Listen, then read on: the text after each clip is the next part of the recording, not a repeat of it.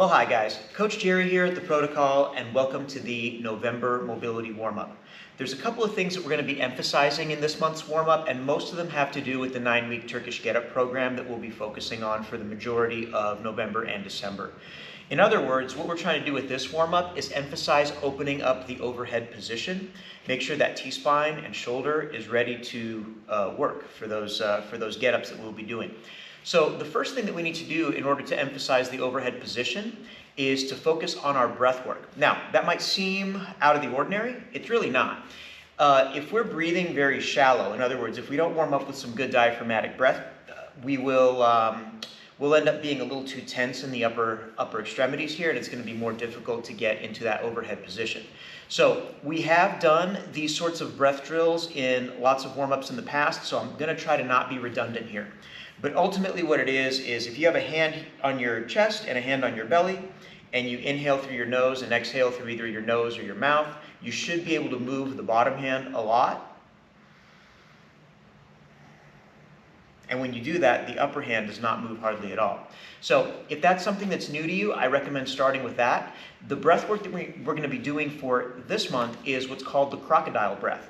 It's the same exact idea, it's just a little bit more challenging because we're going to be laying on our stomach when we do it. So I don't know if you'll be able to see it on the camera, but I will try my best to demonstrate. I'm just going to make a little pillow with my hands. And when I take that belly breath, you should see my lower back rise and lower. So the drill will look like this.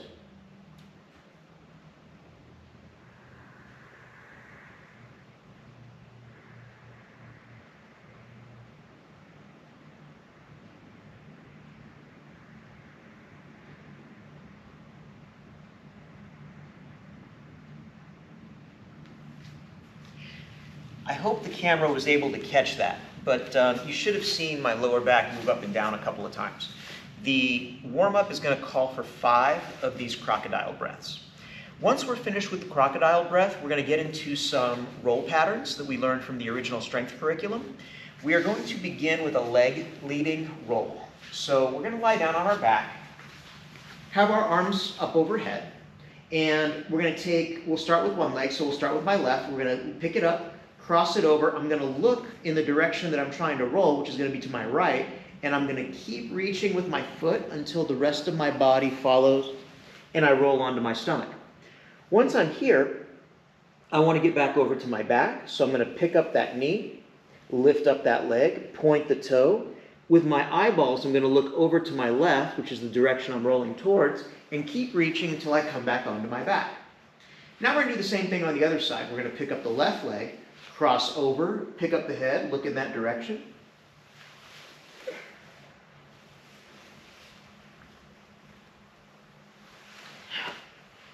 In the warm-up, we're going to be performing 3 of those on each side, so 6 total. Next, we're going to do the arm leading roll. This is a very similar roll, except it's just a little bit more challenging because now you don't have the weight of your leg, you have the weight of your arm. So we're going to pick up the left arm, eyeballs to the right, head up to the right, reach with the arm, and keep reaching and reaching and reaching until we get over onto our back.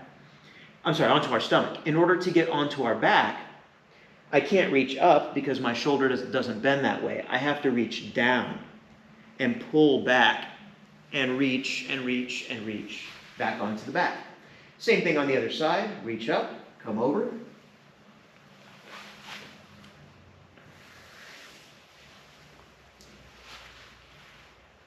And we'll be doing 3 of those on each side.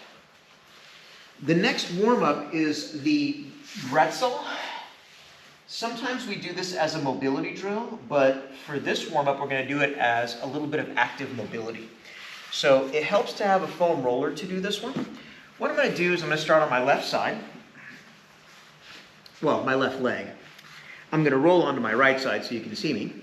And from this position, I'm going to pick up my knee and set it on that foam roller like so. With my right hand, I'm going to grab the outside of my left leg. And with this hand, I'm just going to have this here. If your levers are designed where you can grab a hold of your ribs, you certainly can do that. Some of you will not be able to do that, so I'll demonstrate it kind of an in-between way here.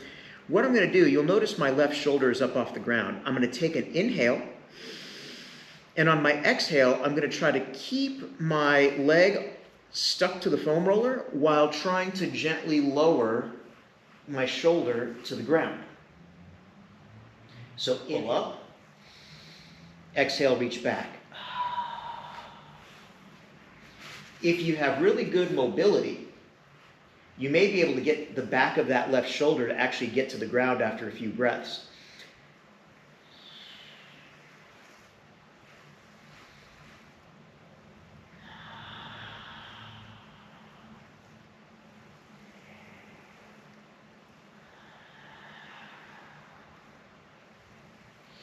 If you are very good at the Brettzel, you can also do a 2.0 version where you grab the foot here and give yourself a quad stretch.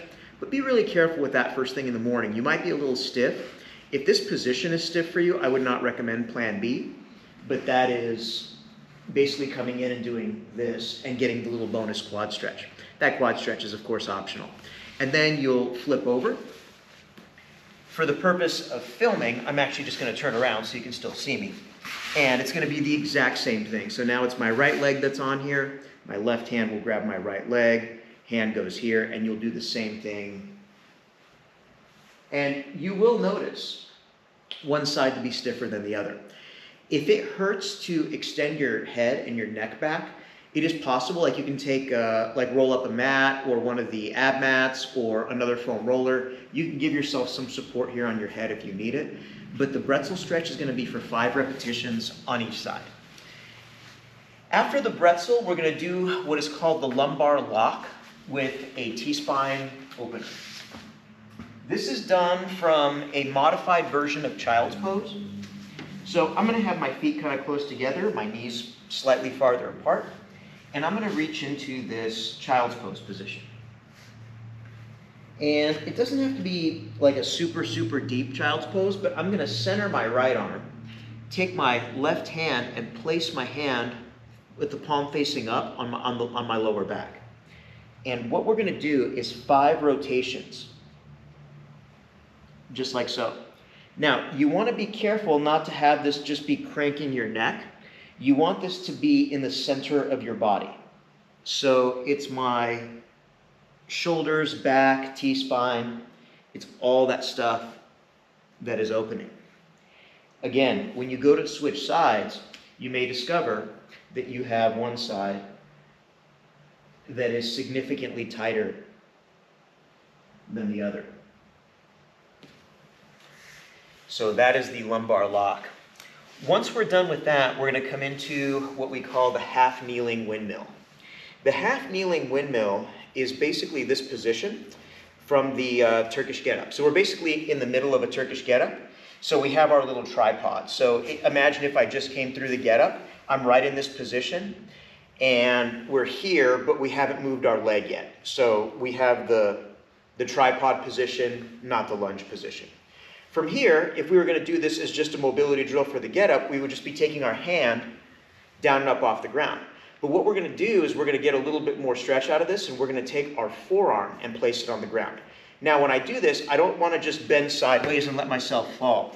I actually want to engage here through my hips, and there's going to be some rotation. I'm going to look up at this top hand, sit my butt back, rotate, rotate, rotate, place it down there really gently, and then drive back up out of that, contracting this right glute.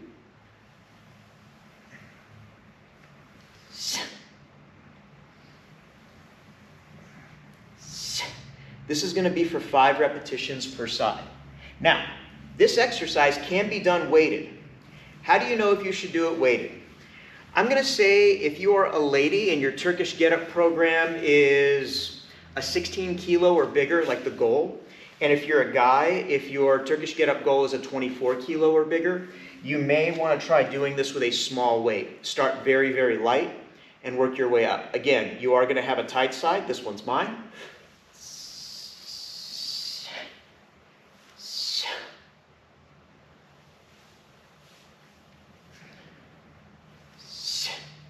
Some of you who are stiffer in this position may find even more rotation, and that's okay too. That is the half-kneeling windmill. After the half-kneeling windmill, we have some of our old favorites. Drills that are on this warm-up are things that you guys should be familiar with if you watch our videos, but I'll demonstrate a few anyway. We're going to finish up with some light one-arm swings and some prying goblet squats. For the swings, you just want to find yourself a bell that you would consider to be light warm-up weight. And we're just going to do 10 one-arm swings on each side.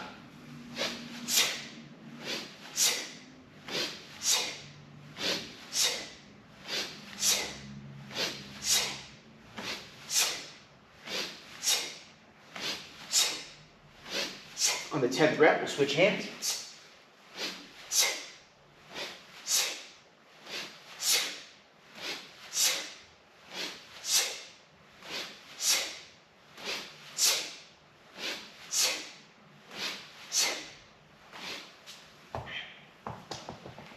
Once we're done with those, we're going to get into our prying goblet squat. For the prying goblet squat, I have a comp bell here, so I'm going to hold it kind of weird. Normally, you guys will hold your kettlebells like so. I have a competition bell, so I'm going to do it a little bit different.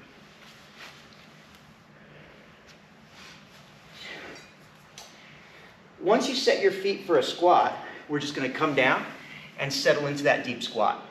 If you have trouble doing this with a kettlebell, this can also be done with one of the jungle gyms, or if you're doing it at home, any type of suspension trainer or something that you can hang on to that's sturdy. Once I'm down here, I'm going to do a couple mobility drills. The first one's going to be ankle mobility.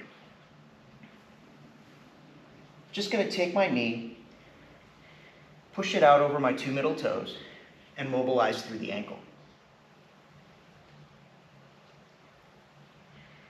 Next, I'm going to work on my hips. With my elbows on the inside of my thighs, I'm going to push my hips apart and bring them back in.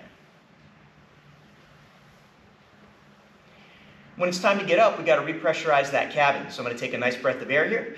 And then we're going to settle in for our next repetition. Again, just a little bit of mobility. Now, do you need to rummage around a lot on all 5 reps? Maybe not. Maybe the first few, you'll spend some time here. And then once you're feeling good, you can spend a little less time. So we're going to do that for 5 reps. When you're finished, stand up, park your kettlebell safely, and you are done with the warm-up. Now, we're only going to be doing this for 1 round. If your T-spine is really stiff when you're coming in the morning, you may want to spend more time on the stuff that is stiff on you and less time on some of the other things. Also, if you're doing this at your own pace during class and you get through it kind of quickly and you have time to do some warm-up get-ups, that's also a really, really good idea. Some of you have got Turkish get-up programs where the first round can be pretty challenging for you. So a task-specific warm-up might be appropriate. So that's what we've got for the warm-up for November. We'll see you guys soon.